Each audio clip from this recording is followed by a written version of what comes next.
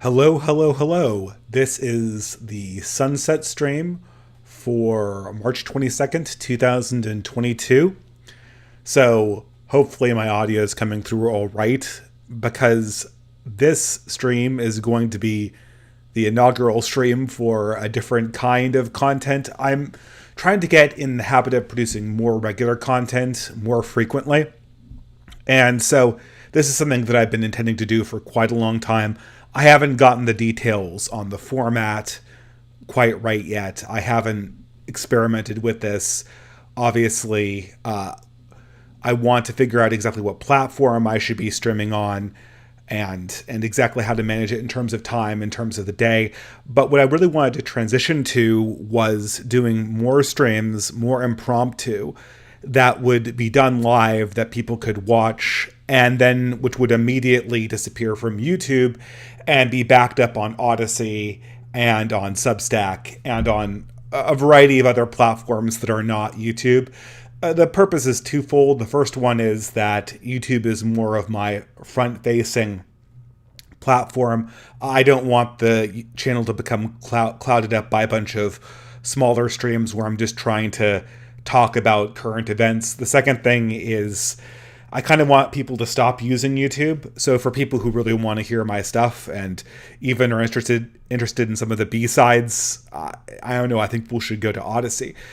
So this is why I'm pioneering this sunset stream. I want to do it every week, probably either on Monday or Tuesday. I haven't decided on which one yet.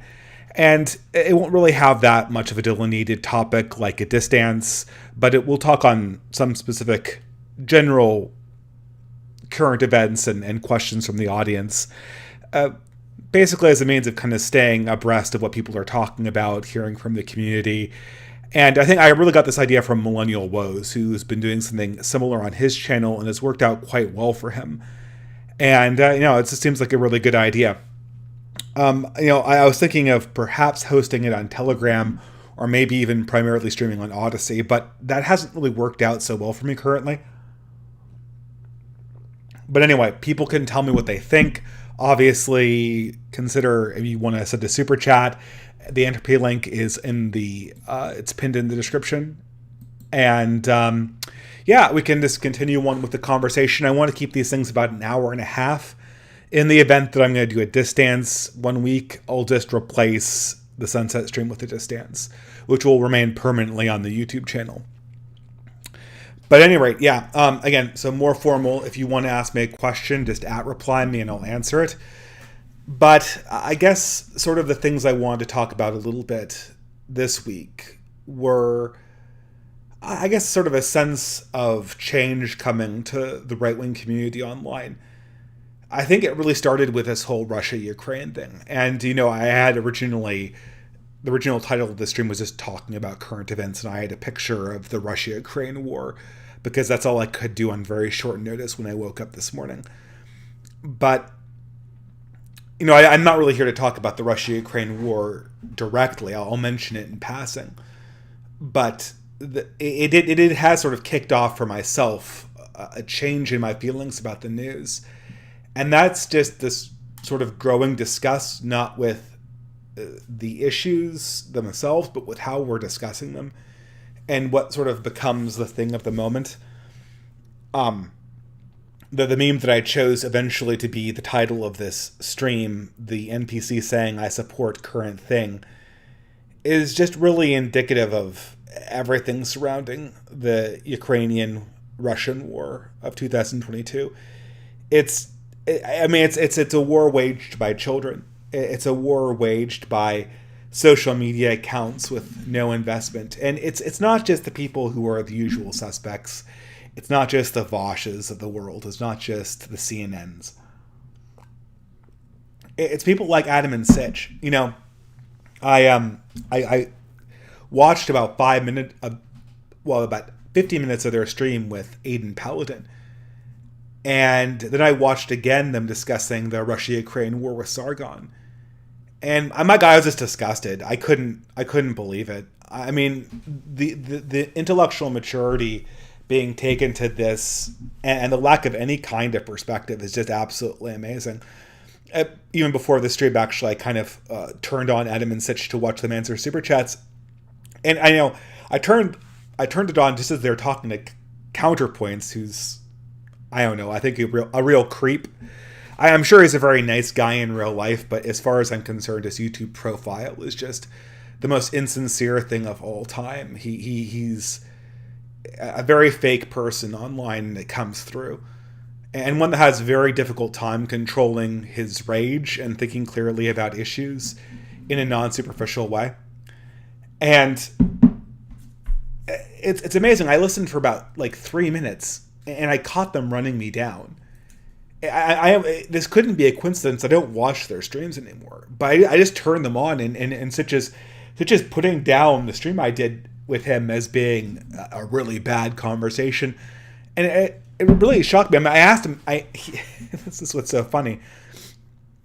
You know, on that stream, I asked him just some very basic points about his positions on the state of the world.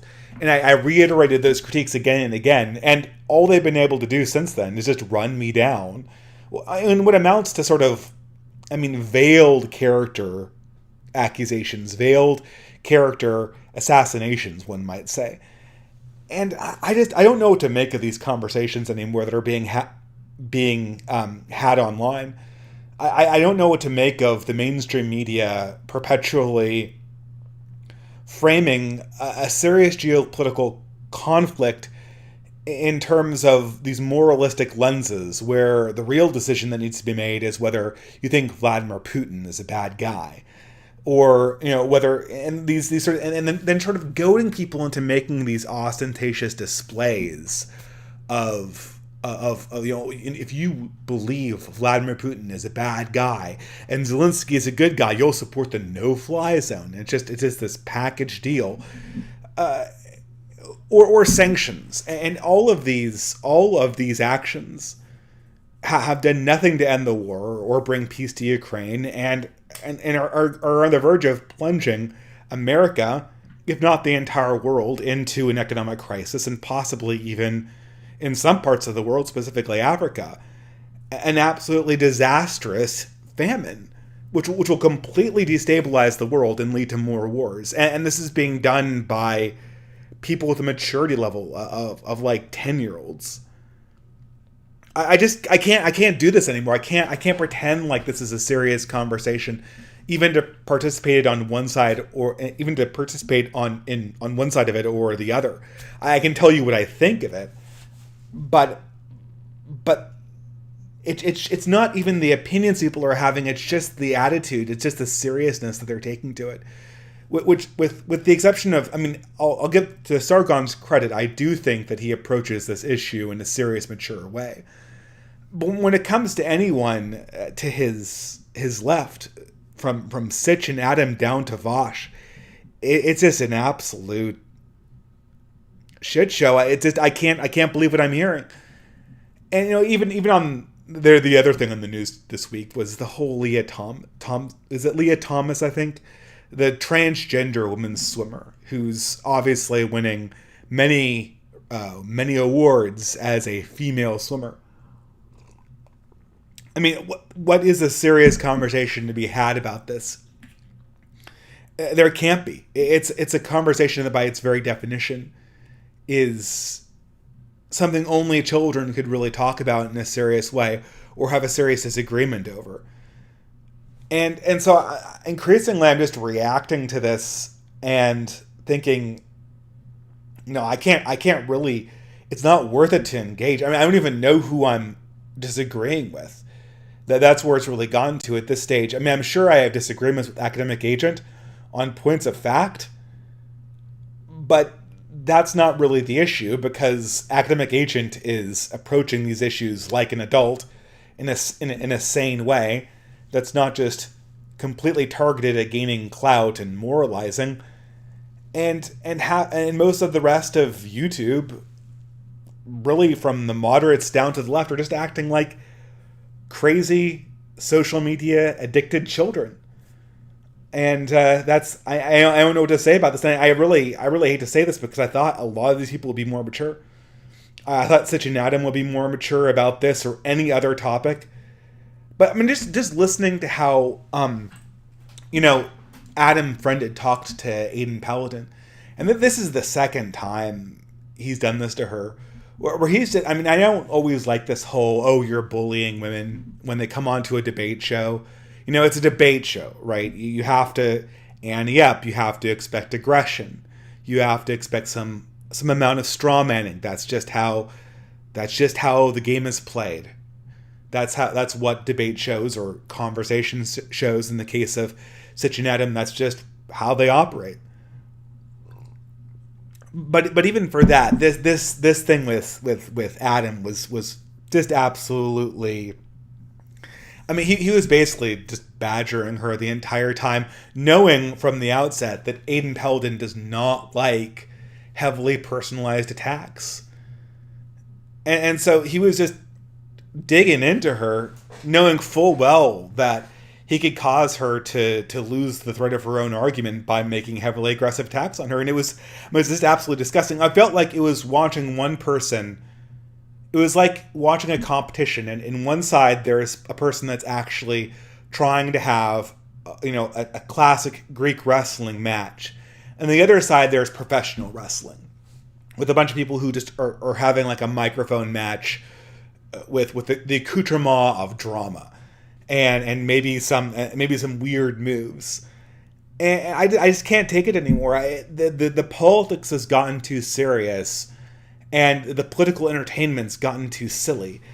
I can't believe Adam and Sitch's kayfabe anymore. It's too far fetched. They never ask interesting questions. They never actually hear out their opponents, and they continue on in the same circles, never wondering why the political dynamic between them and the left never changes, and if anything, the left takes steps forward. I see Paul Cornelius asking me who is Counterpoints. He is a ex-military, ex-intelligence professional, let's say, which makes his transition to becoming a YouTuber a little bit suspicious, who entered the fray as a radical centrist, and who has since been, well, he's basically made himself the face of conservatism in these phony little brain cancers that the left runs, where they have like 30 people debate each other live on what they call panels. And, again, this is absolutely insane. It's all it is 30 people trying to grab the microphone as fast as possible, make their point, and grab the clout. Nothing is ever explored, because when you get beyond 3 or 4 people inside any conversation, you lose any semblance of having a coherent thread you could possibly obtain, and it becomes just a huge fiasco of drama, which is, of course, what the left loves. But counterpoints, again, this guy has the world's least original name. He started his YouTube channel in 2018, from what I can tell. Very much at the same time that Faraday Speaks came into the circle. Again, which is another thing that makes him incredibly suspicious in my book. And he picks the name that, I don't know, it's perhaps the worst name anyone could pick. It immediately sounds like a homonym of ContraPoints. And so I don't know. I mean, this whole gets you back to this whole thing where it feels like this is a professional wrestling match, where the mainstream media is, I don't think they're paying people, but incentives are aligned so that people are having these incredibly circular conversations that never go anywhere, and that continuously re-up the same kinds of meaningless drama, all the while we're just plunging our entire society into madness. And I get the impression that we're ruled by insane children. We're ruled by drama queens. Just today, the New York Times ran an article in their opinion section about how nuclear war wouldn't be that bad if it was against Russia. A few days ago, the Washington Post started running its reporting on Republican politicians through its national security pages. So now reports about how the opposition to the Democratic Party is being organized are reported as elements of securing the nation from foreign invaders. This is the Washington Post. This is one of the premier publications. I guess I shouldn't be surprised. I know that this is part of the cathedral. The Washington Post's interests and the interests of the media conglomerates, including social media, are indistinguishable from the interests of the State Department in pretty much any context. And I don't know, but I guess before it was more subtle. Before I could actually pretend like there was a serious conversation. The issue here that I'm dealing with right now is I don't know what conversation there is to be had. Maybe I should invite just Adam and not Sitch onto my channel and he can discuss these things. That's probably a bad idea, though, because I think they'll get the same conversation I had the last 4 times. The question is just who is living their lives and seeing the madness. And if you're living lives and seeing the madness, I think you're pretty much on the same page as most of the rest of us on the dark end of YouTube and the rest of the mainstream internet. Because whatever, I think the sane have been deplatformed in the current media environment. Someone's asking, what advice would you give for a middle class background that has been forced out of the middle class? Well, I mean, that's actually a really good question. I feel we're all getting poorer, right? I'm getting poorer. I'm getting poorer just living the life that I live. The amount of inflation exceeds the amount that I get in raises from my job incredibly. It's not even comparable. And if you're starting out in raising a family, that's not insignificant. That's incredibly hard. That's an incredibly hard problem to solve. I guess what I'd say, my advice for a middle class person is try to get some assets. An asset is any single thing that you can rightfully claim, be it a friendship, be it a community, be it a literal thing that you can hold or touch, that you think is going to be worth more in the long term and that you can actually lay claim to. An asset's, pardon me, I have to undo this lock here. An asset is only as good as your ability to hold it, and it's only as permanent as the conditions in history will allow. So if you're a middle class person like myself, seeing their wealth drain away, you have to ask yourself, what is the bag that I can grab? What is the thing that I can hold on to so that I don't get washed away by the flood that's coming? Maybe this will make more people more serious. That's a definite possibility. I think that's... Someone asked, he said the left loves drama. At this point, would you say that the tactical, intentional, cynical have genuinely lost the plot? Well, I mean, they've lost the plot, but have they lost the clout? There's no serious conversation on Russia because for anyone who's not a child, it's just so obvious. The question over the Russian invasion was a very simple binary question. And most geopolitical decisions, but because of the radical nature of international politics, when they're really boiled down to it, come down to large binary decisions and then competent management. And the large binary decision was, did NATO, did the West, did the State Department, did the global American empire have the will and the resources to secure Ukraine? And anybody who understood the disposition of the State Department and who understood the disposition of the current administration knew that the answer was no, that they had no desire to actually defend this in a hot war, and that Russia had every desire to fight a hot war to secure the Ukraine. There's this, and it's not, and people like Adam and Sitch, they completely don't understand any of this. They completely don't understand the entire frame. They think that this is some kind of vanity project by Vladimir Putin. It's not. It's just Machiavellian.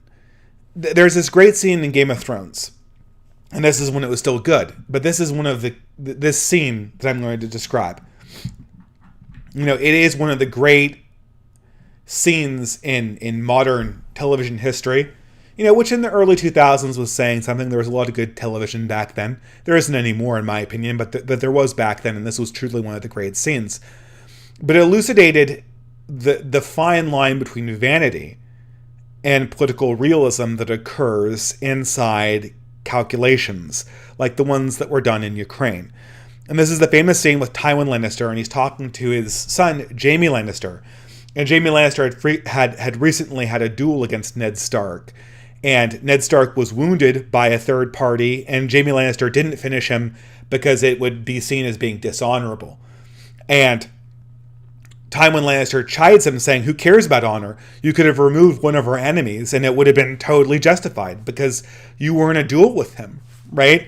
And that would have been politically seen as a correct action. That would have been justified."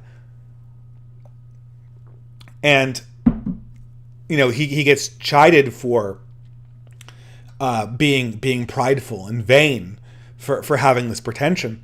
But then the subject changes to why Tywin Lannister is now going to war to free Tyrion, who's the dwarf son. And Tywin says, well, look, he's a Lannister. We have to do that to maintain the family honor. And then Jaime, thinking he's scored a point on his father, goes, aha, so you do care about honor. And Tywin says, no, this isn't the same thing. This is a fact. If a rival house can kidnap one of our own siblings and hold them in captivity without repercussion, that sends the message to everybody else that we are no longer a power to be feared. Every second that goes by, that Machiavellian fact is going to be haunting us. And that's the same thing that Putin is thinking. If a foreign power can set up a client government at Russia's doorstep and openly flaunt his administration by calling it, or his regime by calling it illegitimate, then the regime of Vladimir Putin is no longer a regime to be feared. And every other client state that Vladimir Putin is trying to secure and trying to make promises to will break from him. And although they protest it, although they moralize it, the exact same thing is going on with the State Department. Why are they fighting this war? Why do they want a no-fly zone? Why are they willing to risk nuclear war? Aren't they supposed to... this isn't the... we say it's the neocons, and indeed the neocons are on board with this operation. They are a critical component to it. But the people who are bleeding about a no-fly zone, about extended war with Russia, these aren't the neocon DOD people. These aren't the Mitt Romneys and John Boltons. These are the people from the State Department and the New York Times. These are the Susan Rice people. These are the soft power people.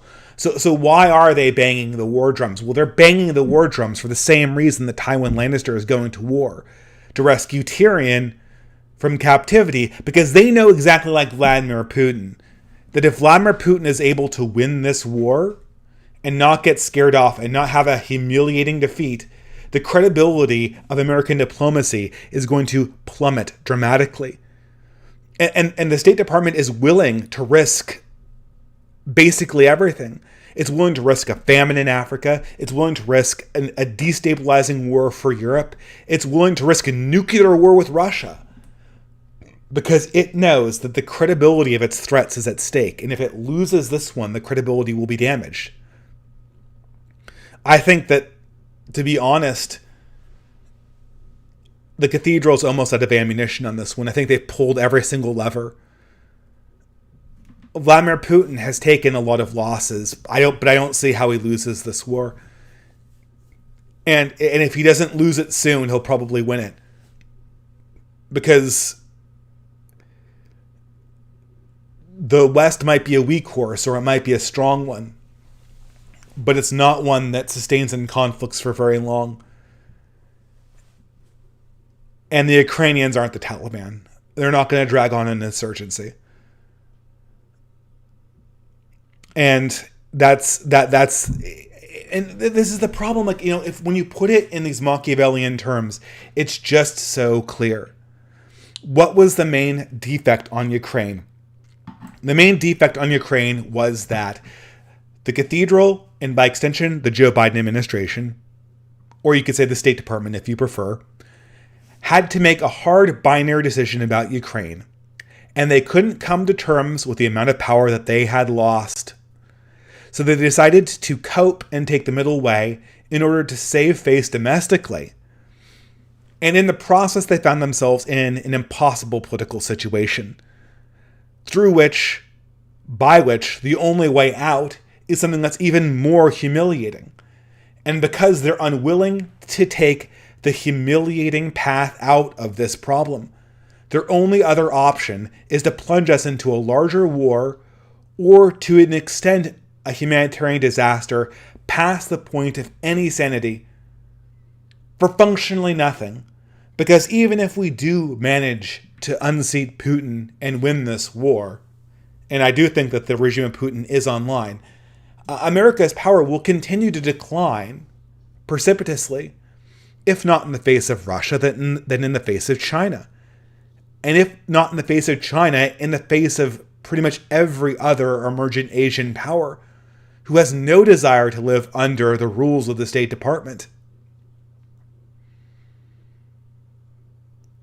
We're fighting a war over dust, and we're spending blood to try to secure a fantasy future that will never possibly exist. Blood not for oil, but blood for fantasy. That's what we're doing now. It's insane. But I kind of gone off the topic, I guess, or maybe I was on topic. Yeah, but it's the same thing with this Leah Thompson thing. Once you realize just how insane the conversation is, and what hasn't been said about this whole trans woman in sports, where does the debate go? It should be over now. This should be it. There's no other fact that could be listed off. There's just emotion coming from there's emotion and power on one side, and then there's weakness and cowardice on the other. People trying to find the middle way, negotiating with spoiled children, which of course prolongs the pain. I don't know what the alternative is, because apparently any attempt to take a consistent and mature approach to these problems just leads to silence and marginalization, at least for now. But certainly not forever. I guess that's sort of the silver lining, is that this can't go on forever, and it's not. You can see it kind of coming apart. People are tired. I said that I was sort of done with the Russia thing, but I think that, there was this great article by Richard Hanania. Richard Hanania is like this borderline, dissident right character. I think he's from the whole rationalist sphere, although I don't think he directly associates with that group of blogs. But he's kind of in that orbit. And he's one of these secular progressives that fell off the secular progressive bandwagon and has now found himself a thought criminal, but he's still trying to make the whole liberal vision work. And of course, he has this article, the same name of this stream, called Whether You Support the Current Thing. And of course, he understands that, well, the current thing exists. These fads exist because politics is naturally binary, and social media only makes politics more binary. And so he sort of gets to the point where he lays out the basic tenets of reaction or Italian elite theory, and then doesn't take it the last step. But one of the things he does is he presents two kinds of people: the current thing people who always follow the trends on social media, and then the anti-current thing people, which are the people who counter-signal the current trends on social media. The problem is he looks around for a meme of the NBC doing the not current thing, and he really doesn't have a very good image of this. It's the NBC with, instead of the Ukraine flag, it's like an InfoWars flag, or it's a Russian flag. But that's not really the dynamic. The people who are not current thing people aren't pro-Russia or pro-InfoWars. They're just against the dialectic as it currently exists. They're the clear them out people. My reaction to this whole Zelensky worship is not Putin worship. My reaction to this is the whole idea that we judge foreign conflicts by who has the more sympathetic and celebrity-like leaders just indicates that our leaders themselves are insane children, regardless of which celebrity is currently at the helm. That's the message we get coming out of our media, our academy, the State Department. No ability to think seriously about any of these things. So, all right. Anyway, I see the Wooster in chat. Does he disagree with me on this? I know he's a mod over at Adam and Sitch. Okay, I'm going to read some of the super chats, and then we'll get on to the... So I hope this works. Yeah, okay, so it's going a little bit better. The OBS is getting still really badly cropped. Aristocratic Owl, what are your thoughts on reading memoirs of highly successful political leaders as a way to help us build our own leadership? If so, what biographies and memoirs would you recommend reading? Currently reading the biography of Hamilton by Frederick Oliver. Well, to be honest, I'm not a big reader of memoirs because I am never really my thing. I always assumed that they were highly edited and they were sort of propaganda. So I've kind of preferred sort of the broad sweep of history type books. I've been looking for a good book on the 30 Years' War and on the fall of the Roman Empire. But even then, I read Edward Gibbon's very famous tome back in the day, and it's all propaganda. I've heard good things about the John Adams book that spawned the HBO miniseries. There are a few good books about Lincoln out there that I think are pretty good. I don't know. I'm trying to think of a good memoir. Well, obviously, this is sort of apropos of this is sort of one of my favorite movies of all time was a memoir. It's Errol Morris's Fog of War, which is a video memoir of the famous Secretary of Defense Robert McNamara, who was Kennedy's Secretary of Defense, then Lyndon Johnson's, and he was known as being one of the architects of the Vietnam War.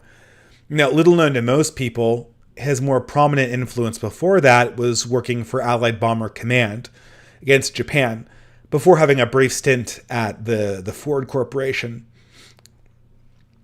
And so he talks about basically how to think about war. And this is one of the things that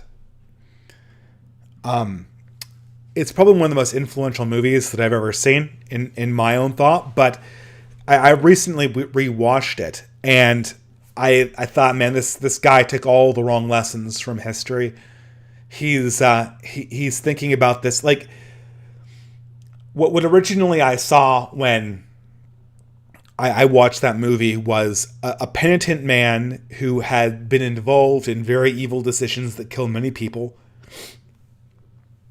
And him trying to come to terms with the mistakes he had made, both in Vietnam and in the decision with how to conduct the bombing of Japan in World War II, the Cuban Missile Crisis, and I already said Vietnam. But he made critical decisions in all of those wars, and some of them were very good and some of them were very bad.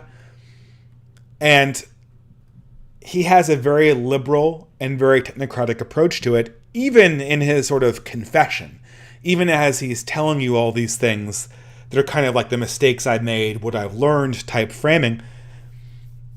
it's almost like his conclusion is, well, I just didn't do what I was initially trying hard enough. And for myself, I fundamentally disagree. I think that the career of Robert McNamara demonstrates that people with numbers trying to use computers to come up with humanitarian end goals don't end up actually succeeding, because they don't actually understand what they try to do is they try to force sort of the fundamental Machiavellian nature of real politics on the global scale into the framework of moralism, liberal democracy, and optimization. So the idea is, if we had the right morals and the right statistical control, then there wouldn't be any problems. And the two really villains of the movie are Admiral LeMay, who was one of the people in charge of the Allied Bomber Command of Japan, and also one of the real hawks in the Cuban Missile Crisis, and then later Castro. And he presents these characters as being people who are gung-ho on going to war with each other. The consequences of nuclear war be damned. And to a certain extent, he's right that Castro had a very nonchalant attitude with going to war, and so did LeMay. But the lesson is not, I think, some kind of humanitarian middle ground trying to optimize for lives saved. It's understanding that what kept us out of war wasn't any kind of moralism. It was just a hard line in the sand. A decision to say that we respected boundaries in exchange for the fact that there would be a limitation of the military alliance that the Soviet Union could have with Cuba. Namely, they couldn't import weapon systems. And that was the alliance that saved, well, not the alliance, that was the underhanded agreement that saved us from war in 1960, was it 61, I think? And that's the very decision, that's the very mature decision that our current little number crunchers and paper pushers in the State Department can't even bring themselves to consider in our present day, with potentially millions of lives on the line. It's just absolutely sad. And I'm sure they see themselves like Robert McNamara. They see themselves as people who are cranking the numbers and then making hard moral choices. But they're not thinking about their opponents as people. They're thinking about them as managerial problems. They're thinking about them as obstacles. I say that they're like Robert McNamara with our moralizers with optimization machines. I don't know. I mean, I think I thought that about the State Department probably a few years ago, but I don't know if I even want to give them that much credit. I don't even think they see. I mean, I think Robert McNamara would see Putin as an optimization problem to overcome. The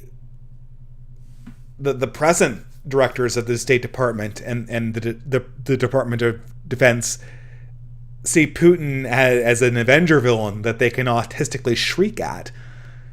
They can't even get to Robert McNamara's level, which again I think is the incorrect one. I think you have to, if you're not thinking about things in terms of real power politics, where we have an empire and you have an empire, not like we are part of the progression of democracy across the globe, and here's our little number machines, here's our little data mining algorithms to make that salient and smooth. It has to be the former and not the latter. But at this point, I would pray for a Robert McNamara in light of what we currently have. All right, Hunger, good to see you here. Okay, hopefully that's appearing. Did not appear. Give me a second here, guys.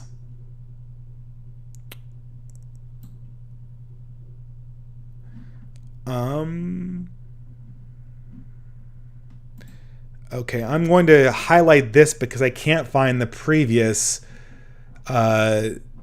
chat by Hunger. So I'm just going to read this. I'll hopefully circle back to my entropy and it'll appear again. I don't know why it suddenly disappeared, but maybe it was replaced with this. So Hunger says, a declining power declines simultaneously a declining power declines simultaneously from the center and the periphery. Ukraine is the periphery. One area to watch out for is Western education declining within the third world. That's when you know the State Department can't reproduce loyal elites in other countries. Now that's an interesting question, Hunger, because that seems to be the one part of the cathedral. I mean, I have not seen decline in that. Everyone's seen decline in the intelligence coming from the elites internal to the cathedral. Everyone knows that we're graduating dumber and dumber people from Ivy League. Everyone can see the declining quality of the New York Times and the Washington Post, if not in thought, then in just plain use of the English language. I'm not so sure I've seen a decline in the ability of Western governments to sway foreign thinkers. I would imagine this would start in two countries, very ironically from my perspective, because in my perspective these countries are eternal mortal enemies. The two countries I'd expect to see Western decline in fostering foreign elites start first would be Hungary and Turkey. Kind of self-explanatory, but I know people in both. You know, I have a parent who is a foreign language teacher, and my mother, and she was very active in the International House in the nearby college, which the International House is essentially for foreign exchange students or people who are doing years abroad from other countries who come over here and study at the university. And so this puts you, the problem is this just, it gives you this horribly skewed view of what the rest of the world thinks, because you're essentially getting students on inter-university loan from other branches of the cathedral itself. You have people coming over from Saudi Arabia who've got like dyed blue hair, and suddenly you think that the majority of opinion in Riyadh is something equivalent to Judith Butler. I mean, they literally had dinner with Judith Butler last week, and they agreed on everything. Oh my God, the whole world's united, right? And you could see, or at least I've seen, very slowly, at least from the two countries I mentioned, Hungary and Turkey, that the sort of at least in Turkey, these two groups have very distinct names. In Turkey, you've got one group that's called the Kemalists, and the other one, which I call the Erdenites. I don't know if people actually call them Erdenites. Erdenists sounds really weird, so I'll call them Erdenites. So basically the followers of Kemal Ataturk, and then the followers of Erdogan, who's the current prime minister. Ataturk was the great liberalizer, the great westernizer of Turkey, who left in place a very pro-State Department regime in Turkey after he died. And of course, linking back to my original point, a regime that was very critical, in fact, to resolving the Cuban Missile Crisis, because that was sort of the negotiating chip with Russia when it came to disarmament near the motherland. And so you can see how the secularists are sort of being moved out in favor of people who are more sympathetic to the nationalism and Islamic nationalism of Erdogan. And the same thing is true for, much less so I would say, for Orban, is that you see sort of the beginnings of what might be an alternative intellectual elite. They're still in the cathedral university system, but they're kind of bucking against all this woke shit. That doesn't fit with them. Right? They don't like it. And they're more comfortable being alienated from it. It used to be that when foreign exchange students came to America, even if they were from conservative cultures, they'd be kind of blown away by American university and all the intelligent people and how clean everything was and how it was more ordered than their society. Now it's hard to look at America as not something that's more in decline. And of course, the relative difference between the second world and the first has massively decreased. No one's impressed with looking at the relative cleanliness of Berkeley. I don't know anyone who's come abroad and said, "Oh man, Berkeley, it's so nice here." It doesn't really instill confidence that you're seeing a civilization in ascendancy when you look at the state of Berkeley or the state of any Northern Californian urban area in post 2016. Really, it's all kind of been in stark decline. And people, even if they are progressives in their own society, are starting to realize this. So I don't know. I think that might be a good place to start. All right, the next super chat from some kind of Cyrillic Russian, or is it Greek? I'm really bad at this. For $50. Wow, thank you very much. Been addicted to watching videos coming out of the war, aftermath of battles. It's just tragic. I consider Russians my brothers, and that makes it even more depressing to me. So I'm going to assume that you're Ukrainian, or maybe you're Romanian. So yeah, I mean, this war is just a tragedy. This war needs to end. The State Department has no ability to control Eastern Ukraine. They need to cede that to Russia, and if they feel like it, they should fortify what remains. Draw a line down the middle. That's the solution at this stage. It'll be some form of doing that will eventually end this war. But of course, the State Department doesn't want to end the war. They want to keep this war going because they think that the war, a protracted war, is going to humiliate Putin. And they don't care if it starves people, and they don't care if it blows up children, and they don't care if it creates a refugee crisis, or destroys the dollar, or makes all of us significantly and observably poorer. It will increase their clout, and it will save them, at least in the short term, from experiencing the hard edge of the metastasizing decline of the global American empire. I mean, I feel for you. I mean, I really like Slavic people, to be quite honest. I know that they were historically, again, the mortal enemies of my own ancestors. At least since we beat the Turks, right? Then kind of the knives came out, right? But after the Turks got beaten off, then there was an unpleasantness between the Slavic and non-Slavic inhabitants of Eastern Europe. But that being said, we will be eternally in debt to that great Slavic hero, Jan Sobieski, the Polish winged hussar. And so I can't help but having a deep fondness for Slavic people. And it's just heartbreaking how many people have to die for want of a mature leader.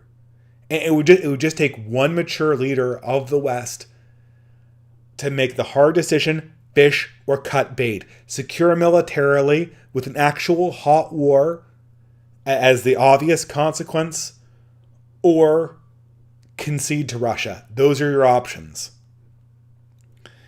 And no one's going to do it. And a lot of Slavic people are going to die. A lot of them are going to be displaced.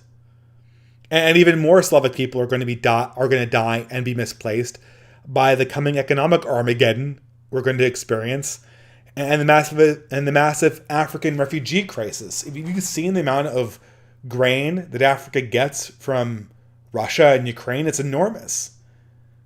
There's going to be a massive food shortage in Africa. Not so much a famine in the classic sense, but in the sense that food's going to cost a hell of a lot of money. And that's going to destabilize the regimes and create a second refugee crisis in Europe, guaranteed. And of course, people are starting to talk about this, but still not really the way they should. I know this is. I really wanted to just reiterate this again. There are heroes on both sides of this conflict. If you're a distant and you understand the evil that's being done here by weak decision makers, I mean, honor your heroes, fight for your country, but just don't play this stupid game of who's the bad guy. Just don't feed into this narrative.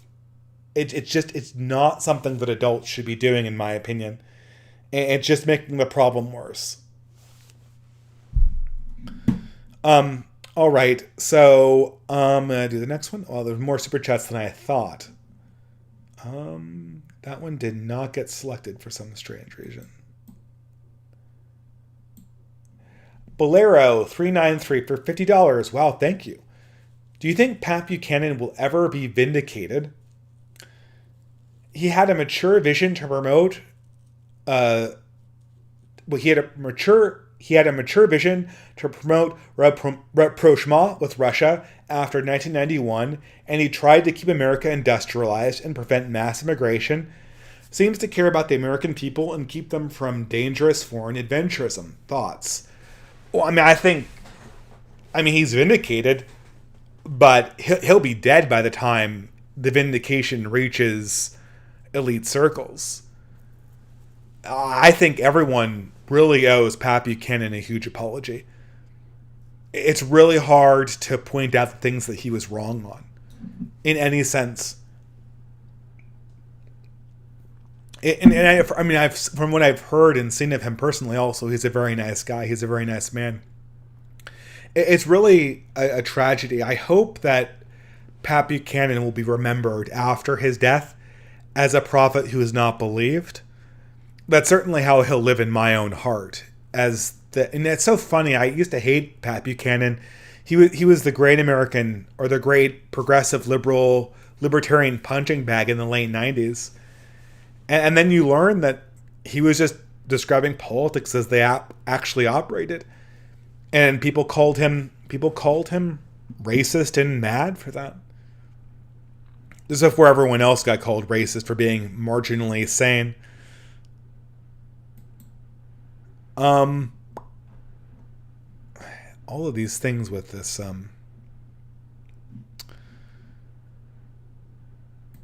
here we go. So TN 1000 for $50 USD. Wow, a lot of very generous super chats, guys. Thank you so much.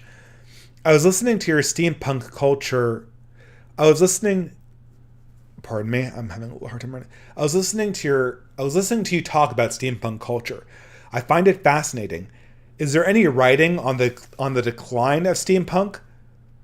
I was into it as a teenager, but something felt wrong about it. Well, okay, I mean, this is the problem. In order for there to be a decline of steampunk, there would have to be a rise of steampunk. What are the good... Steampunk always aspired to have great literary novels attached to it, but it never did. The one that everyone points to as being the original steampunk was The Difference Engine by William Gibson, an author who I love. One word, that book is unreadable. People heard me talking about The Difference Engine as the first steampunk and thought I was recommending that book. I mean, I recommend it as a historical artifact, sure, but that book is not interesting. It's not Neuromancer. It's an absolute dumpster fire insofar as it is an example of narrative storytelling. And then what else do you have? My favorite one that comes to my own mind is the Diamond Age by Neil Stevenson, I think. The author of Snow Crash. Again, great concept. It has its moments in terms of storytelling, but again, absolute disaster. And then, in addition to that, you've got this whole sea of schlock. The one that comes most prominently to mind is one called Bone Shaker, which I think was part of a trilogy of steampunk books that takes place in Seattle in the 1880s, like a steampunk version of the 1880s. And I was reading this book, and first of all, it's written like all young adult fiction. Like, it's written basically for people who have the vocabulary and reading levels of 13 or 14-year-olds. It's not pitched to people who have experience reading actual literature. And so, at many points in this, it constantly feels like the author is insulting your intelligence. And so there's that, right? So it constantly feels like the author of this book, Bone Shaker, is insulting your intelligence. And the second thing is, they set this thing in 1880 in Seattle, and there's a zombie like apocalypse there. And I'm just reading this book, knowing a few things about Seattle history in the 1890s, and thinking, what city are they talking about here? This is absolute ahistorical trash. Someone's telling me that my visual has stalled out. Is that the case? Oh, maybe I have to actually keep on playing this. Okay, is this better now? Can people see the visual? Okay, I'm sorry. I think I accidentally hit pause on my entropy, but is the visual fixed now? The failure of steampunk is not it's not the classic golden age plus fall. The failure of steampunk is failure to launch. It's a genre that never got off the ground. It had promise, and then it immediately imploded in on itself because it never, in my mind, I think the big problem was that it kind of came about at the wrong time. If you're going to write about Victorian people, you actually kind of have to love the Victorian mind and be able to get into it. Universally, with the exception of the Diamond Age and the Difference Engine, both unreadable for their own reasons, mainly because I think that their authors didn't really put much effort into the plot. The universal problem with most steampunk fiction is that at the same time when the authors are trying to ape the Victorian mindset, it's inescapable that they want their protagonists to be modern, progressive urbanites. And there really could be nothing more different than a modern, progressive urbanite and a Victorian or Edwardian person. There really couldn't be. If you were to bring an Edwardian or Victorian lady or gentleman into the 21st century and introduce them to their ancestors who wrote steampunk novels, they would have utter contempt for these people. They would consider that they're complete degenerates. And, just saying this to sort of circle back to the Adam and Sitch thing, I'm so tired of having liberals quote Burke and Locke to me. Atheists and people who don't see the problem with the current state of sexual immorality, religious godlessness, no meaning, and despair in the modern world, they're going to turn around and tell me how their philosophy is counterpoints the atheist, the person who thinks that the current trajectory of the moderate political structure right now is just hunky-dory. He's going to turn around and tell me that William Burke is his intellectual godfather, that people like John Locke are the people who are in his camp. Those people, if you take their thoughts seriously, would have utter contempt for you. And not just in like some kind of weird, we're repeating the bigotry of the 18th century over again. I'm talking about the morals that they felt undergirded their own liberal philosophy. People like Counterpoints and people like, Adam and Sitch to a certain extent, they just spit on that entire worldview. And certainly the modern progressives spit on that worldview. They just don't have any notion of what those people would consider virtuous or what those people would consider to be a grounding for society that they could link some kind of system together. It's just absolutely, it's frustrating because there's just no mature conversation to be had with these people. I hope there is, but I think Sargon takes this on board a little bit more, and that's what I appreciate about him. Sargon has read enough old literature to know that when he's hearing these authors speak to him, like Roman authors or like Victorian authors, these people come from a certain kind of moral foundation that we really have to respect as being a quintessential pillar of their own worldview. And this, in some sense, needs to be reconstructed. Okay, someone's asking me, do I mean ContraPoints? No, I don't mean ContraPoints, which is why this idiot's name is the worst name of all time. It's Counterpoints.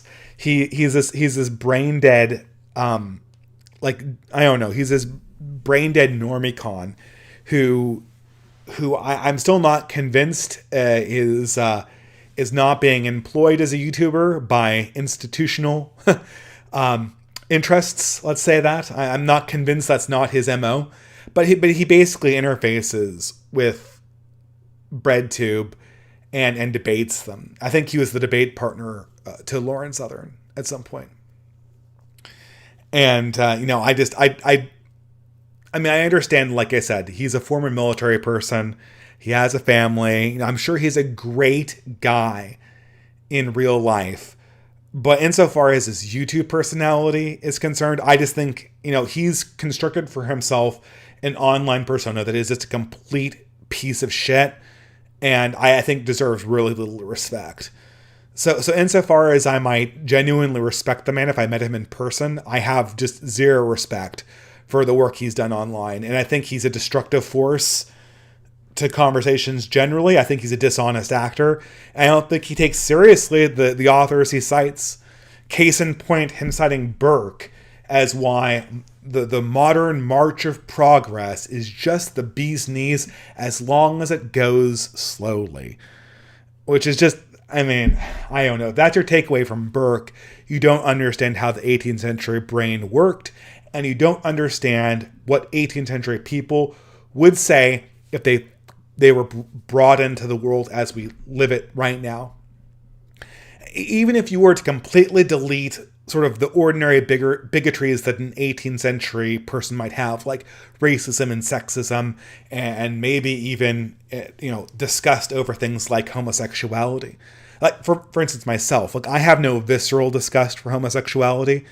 I was, for the majority of my life, I never had a disgust over that. I actually have a very, for a conservative, for a right-winger, I'm not a conservative, but for a right-winger, I have a very low disgust moral reaction. I have a very, very high loyalty, treachery reaction, but I have a very low disgust reaction. And so I'm not a person who sees anything like that and goes, ew. The reason why I oppose this stuff is I think it just spreads lies. I think that, one of my quintessential developments in my own history was following Dan Savage's, first his newspaper column, Savage Love, and then later his podcast. And then slowly me coming to realize that this was not like my gay best friend giving me advice on how to navigate the relationship market. This was a political actor who was just feeding straight up lies to his audience because those lies were what his audience wanted to hear. And those lies kind of worked for the gay community. I say kind of worked because all they manufactured in the gay community was an incredibly unhealthy situation where very, very few lasting relationships were forged. And so, any thinker from any of the 18th century or 19th century liberals would denounce the current crop of liberals on moral grounds, not because they were racist, sexist, and homophobic, but because they understood the critical dimension that a consistent moral vision played in their own thinking, and they would immediately recognize the decline that we've experienced, manifestly observable in our own biological and demographic decline. For an 18th or 19th century liberal, the demographic decline of the West and its replacement by other people, that would not be a small data point when it came to judging the moral worth of a society that they were examining. And it would not be some kind of visceral bigotry either. It would be a very intellectual ascertainment of what our society considers valuable and how it relates to actually planning and sacrificing for the future. Planning and sacrificing for the future was a critical dimension of what Burke and Locke considered intellectually to be at the foundation of their own liberal theories. And where is that in a society that, if not explicitly antinatalist, is implicitly and de facto antinatalist? It's nowhere. So I'm kind of getting sidetracked. I need to read more super chats. Lots of super chats. Okay. Well, guys, I will answer every super chat, but keep in mind, it's going to be a shorter stream because I'm going to try to do this every week. So you'll always have the opportunity to ask me next week, God willing. Now, obviously, I've had a huge problem with persistent sicknesses coming from toddler. You know how twos mean the flus, as they say. Once your kid is in the twos, you get the flus, right? And I'm experiencing that very persistently. So I don't know if I can reliably do this every week, but it'll be almost every week, I believe. I haven't worked out the details yet. I'm hoping I can keep up with that promise, but I think I can. I think I can do this. I need to get back in the mood of doing this more regularly. Okay, so Nerve AMV Maker. It's a weird thing here. All right. Nerve AMV Maker for $50 USA. How do spies factor into your gradations of treason? Their whole function is to build trust. Their whole function is to build personal trust only to betray it. Is it possible to be a moral spy? Is there something noble about becoming immoral in the name of a greater loyalty? Well, this is something that I'm afraid, Nerve, I wish I had a good answer for this, because I did a stream recently with Morgoth on his channel, on his Morgcast, about treason and treachery. And I broke down the gradations of treason and treachery into white treachery, like Antigone and Sir Thomas More, gray treachery, like George Washington, and what was the other ones? I forget. Robert E. Lee was another one. Von Stauffenberg, another example of gray treachery. And then black treachery, which is like Judas and Cassius and you know, the real pieces of shit that are just complete and absolute scum because they use people's trust to subvert them and for their own benefit. And this is something that I feel very viscerally. You know, when I said I had a light disgust reaction, I have a very pronounced treachery response. That the people, you know, there's a few people who really trigger me in terms of anger, and they're the people who I met face to face. I've shaken their hand. They presented themselves as friends. They've obtained information about me, and then they use that against me. I never forget that. Spies are interesting. I do believe that there is some role for being a moral spy, but it's walking such a narrow tightrope. The two characters that I mentioned that came to my own mind were Nathan Hale, the famous revolutionary spy who was hung for espionage against the British forces in the 1776 revolution, and his famous last words were, "I wish I had more than one life to give to my country." Nathan Hale has been something that has been vexing to my own imagination because of the fact that he was a spy, and you know, if the American colonial continental army had caught a spy doing the exact same thing as he did, they would have hung him without a thought, and they'd have slept like babies right afterwards. The other one that comes to mind is von Stauffenberg, the assassin of Adolf Hitler, who, while I think justified in assassinating Hitler and having the right motivation, he assassinated Hitler because Hitler was and did deal a near mortal blow to the German people, if not a mortal one ultimately. But he used sort of spy and subversive means to accomplish that. And so it's sort of in a gray area. A third one might be Judith from the Bible, who famously is a spy and assassinates an enemy of God. I don't think that there is any way that being a noble spy can be anything but the most murky gray area imaginable. The only what I only say is that when someone dedicates themselves to become a spy, they take their soul in their hands in that task, and you better have your morals sorted out. You better have lines demarcated in your own spirituality, and you better be ready with a confession, because I don't know. I think this is very spiritually dangerous ground. I think that most humans are just not capable of taking on that kind of burden, except in the most extreme circumstances that are forced on people. So everywhere, I would just urge everyone never to put themselves in that kind of situation if they can possibly avoid it, where some kind of extreme act of treachery is necessary for a greater loyalty.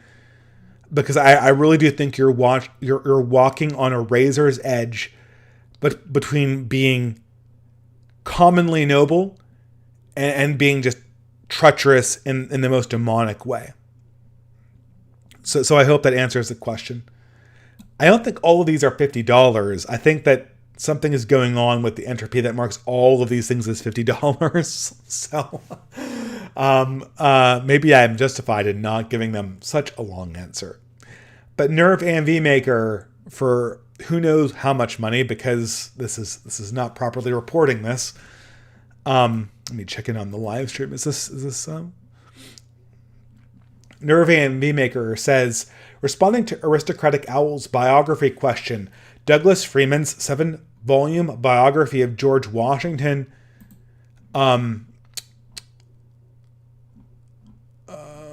I lost this thing.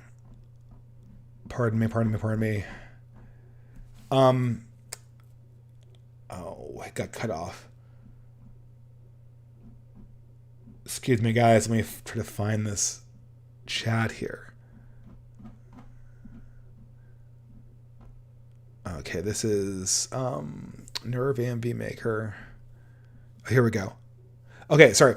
Responding to Aristocratic Owl's biography question, Douglas Freeman's 7-volume biography on George Washington paints a picture of a glory-seeking youth who matures through the private, smaller moments of life into a man capable of founding a country. Yeah, that's a good point. I think George Washington is... I used to hate George Washington because I was an atheist midwit, but you have to respect the aristocratic general who can unify a nation through the force of his own personality and virtue. I don't think people were lying when they describe Washington as a moral paragon. All right, let me go to the next one here.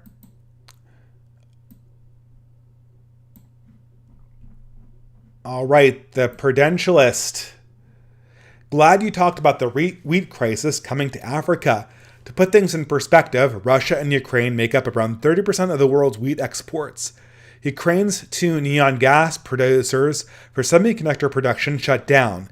They make up half of the world's semiconductor-grade neon. Well, there's another supply chain that's just going down. I just don't know what to make of this stuff. It's just absolutely insane what's going on with our government. I don't know what people are thinking. At this point, I know you're never supposed to do this, but at this point, I'm ready to believe that they're manufacturing a supply chain crisis because they'd rather have the crisis occur now than later, for whatever reasons, and they're ready to take power now. And either that or they're the most incompetent people of all time, and I don't think that's out of the question at all. But thank you for the super chat, Bolero. Sam153. Good evening, Dave. My boomer relatives are giving me the expected boomer takes on the war. There's a sentiment that I noticed many times in their reprise on serious issues among the lines of, "It doesn't matter to me, I'll be dead and gone soon." Is this the endemic boomer take? Did previous generations admit this? I think he says, I don't know if he means admit or emit, but both make sense. He says emit, like they emitted some kind of discharge as from the tailpipe of an automobile. I mean, previous generations would be embarrassed to admit that I'll be dead and gone soon. What they really mean is I'm too old to make political decisions. Let's give some sympathy to the boomer. Some of them genuinely mean I don't care about the future. It's your problem now, kids. Good luck with your destroyed supply chains, starving world, massive inflation, and degrading empire that's on the verge of falling into war, but them's the break.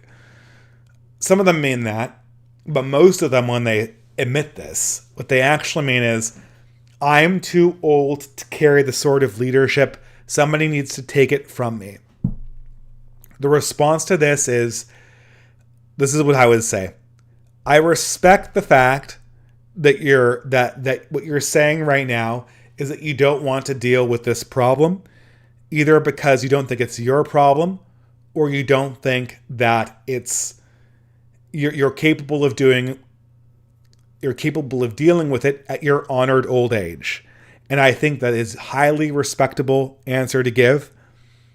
But if you're going to give that answer, then what you're basically saying is, I want to move out of the way and give you the reins, which is quintessentially saying that my opinion should prevail and take priority in this disagreement.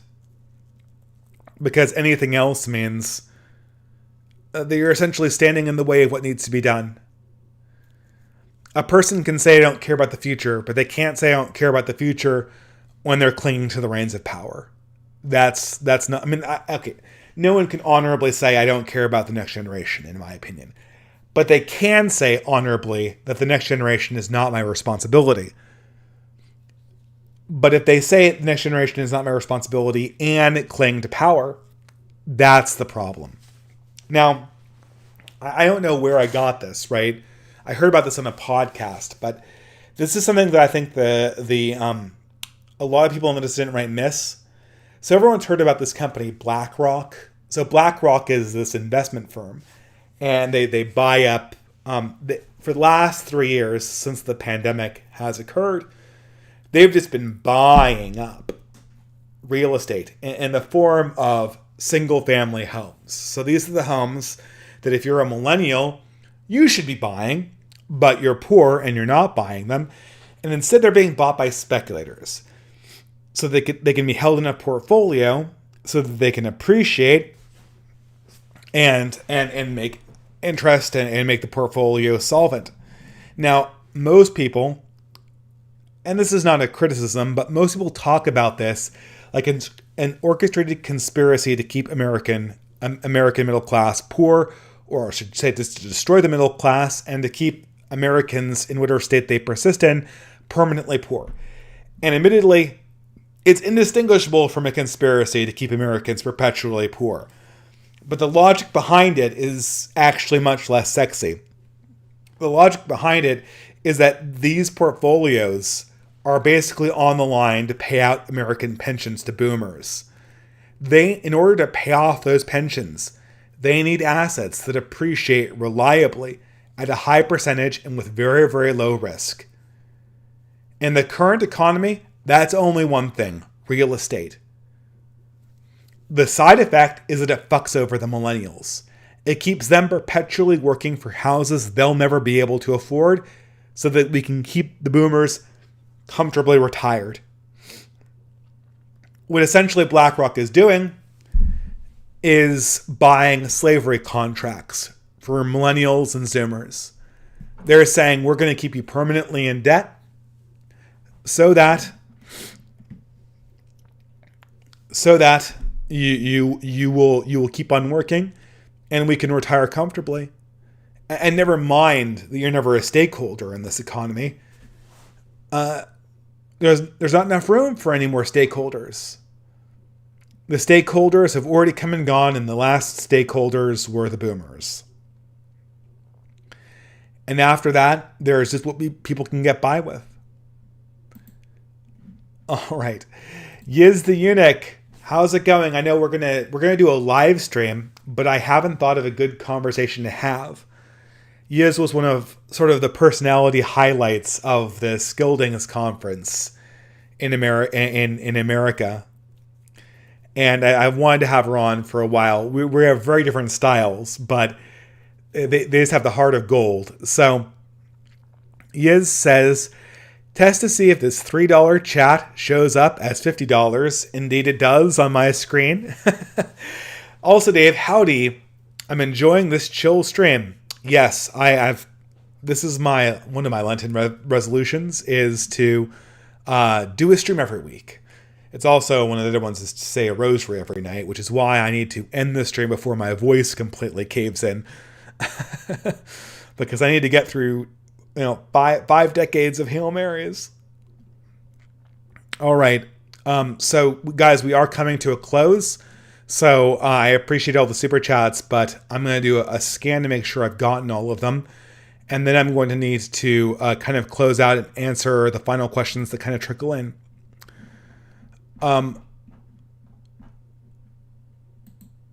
Last one from Sai Saurab. Your thoughts on peak resource theses such as peak oil? Is collapse of modern civilization imminent as we don't have the good substitutes for finite resources? Well, peak oil was this thing back in 2008, and every crack guy, every kind of crackpot guy you talked in a bar would talk your ear off about peak oil.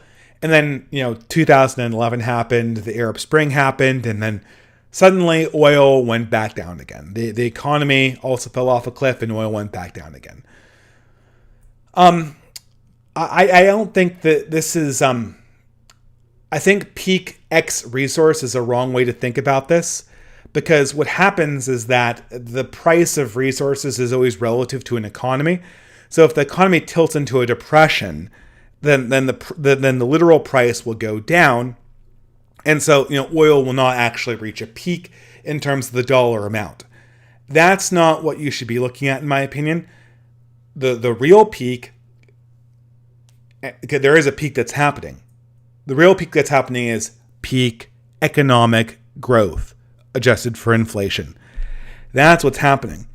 Because whether oil goes up or whether oil goes down, our growth rate is going to never hit what it was in the 90s in any realistic sense.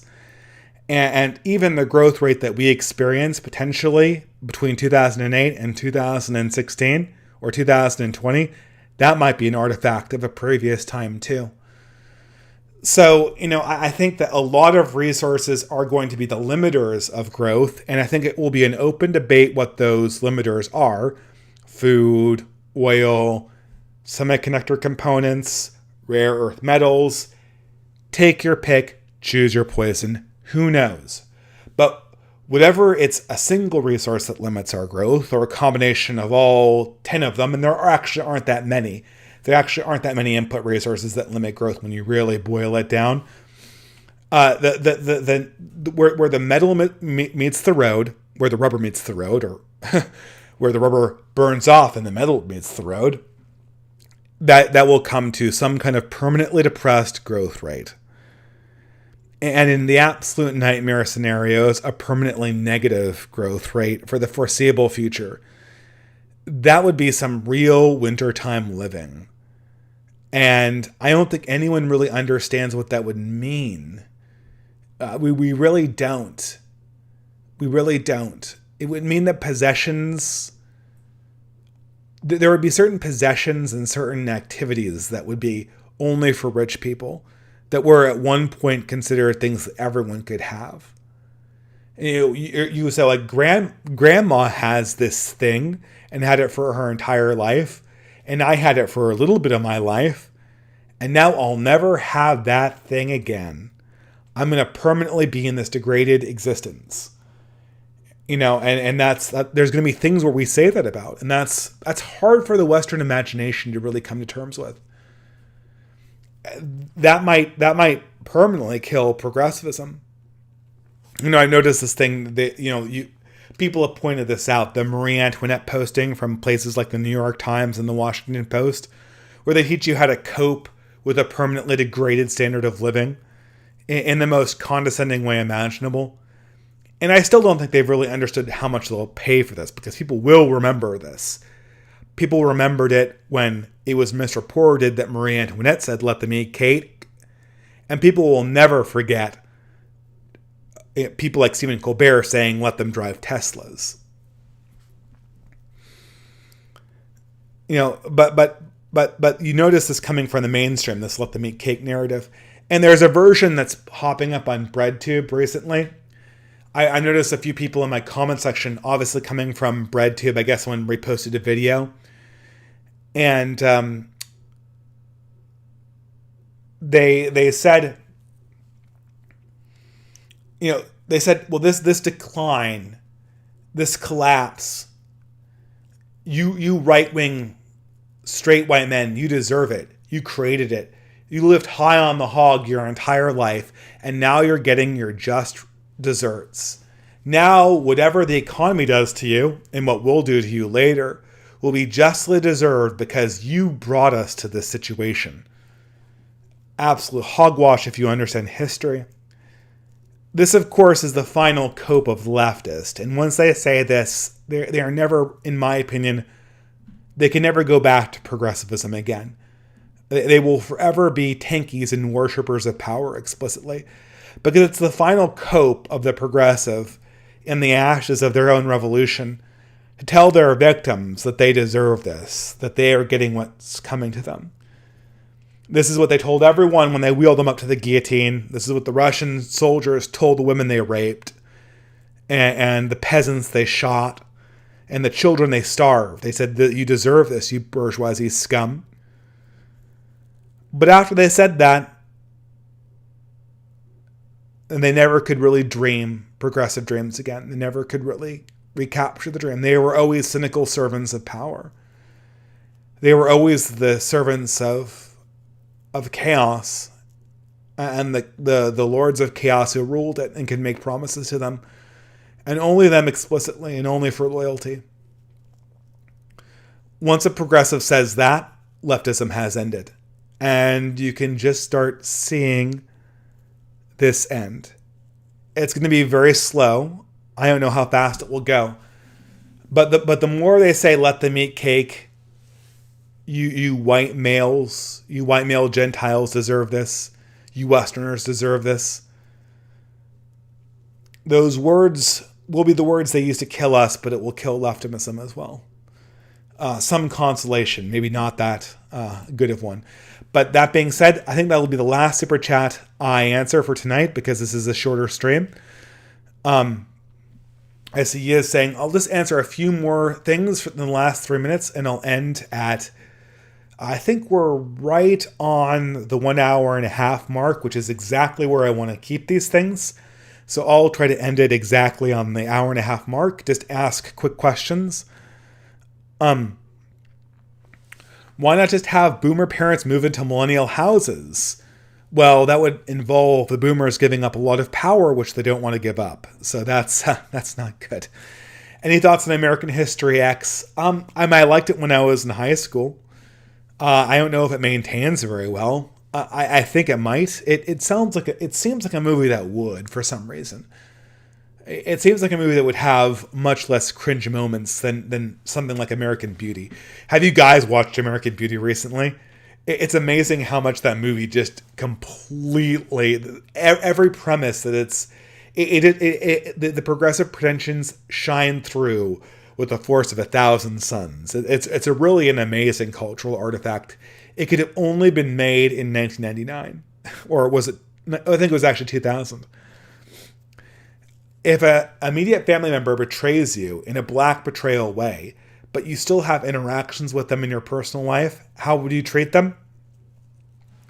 Well, a black betrayal way, if it's a real black betrayal way, that might be, there might be actual ways that the bonds of family could actually be snapped if it is a true betrayal. But that would have to be a pretty black betrayal. Like, I mean, what did they do? Like, kill your spouse? Like, for instance, if your uncle murders your child, yeah, I think your bonds with your uncle are kind of broken at that stage, right? Okay, so we have one last super chat here. So from Tor McCabe for $5, most people who support the global American empire are childish. It's not childish to support the global American empire as it is currently so dominant and very damaging to go against it. PSA Sitch is a smart member of the tribe and a non-childish supporter of the global American empire. Okay, I mean, yeah, you're right, Torin. You're absolutely right. Yeah. So yeah, if you're a cynic, you support the global American empire. But if you're totally cynical and you're political, I mean, like, the same thing is true for counterpoints, right? Counterpoints is not an idiot. He's just a cynic. He's just a liar. I mean, I don't even think he's a liar in real life, but I think he's a liar online. But then there's only so much time I have to interact with actors that are addressing politics in a completely cynical and bad faith mode. I don't know how to discuss politics with people who have to be assumed either to be idiots or cynics. And that's increasingly where I'm landing on this. If I have another conversation with Adam and Sitch, I need to assume that they're not cynical. Otherwise, the conversation just can't occur in any meaningful way. All right, I hope that answers your question. All right, any more questions in the last 2 minutes? Demaster Day is still going to be a thing? Oh, that's a good question. We were going to have a meetup, but it got pushed to June because people weren't ready enough to organize a real life event in April. I might host a stream for Demaster Day for Distance, and maybe we can have people on. April 1st, that's a Friday. That would be a not bad day to do it. Anyway, I'm not seeing any more at Distributists. Yeah, anyone want to suggest a next stream video topic, just put it in the low bar. So the rule is that these streams are probably going to go off this channel and remain only on Odyssey or unlisted mode. But the distances will be permanent and will be more like 3 hours as opposed to an hour and a half. And they will include a more or less kind of pre-planned talk ahead of them. But again, they'll be irregular, and they'll only be when I actually have something to say that I don't want to put in a video. Okay, well, yeah, I saw Yazina say about the email. In that case, guys, thank you so much for this sunset stream. It will be permanently on Odyssey, and it will be on Substack. It probably won't be here after a few hours, but thanks for everyone for contributing to the chat. I enjoyed seeing you all here, and have a wonderful rest of the week. Cheers and blessings.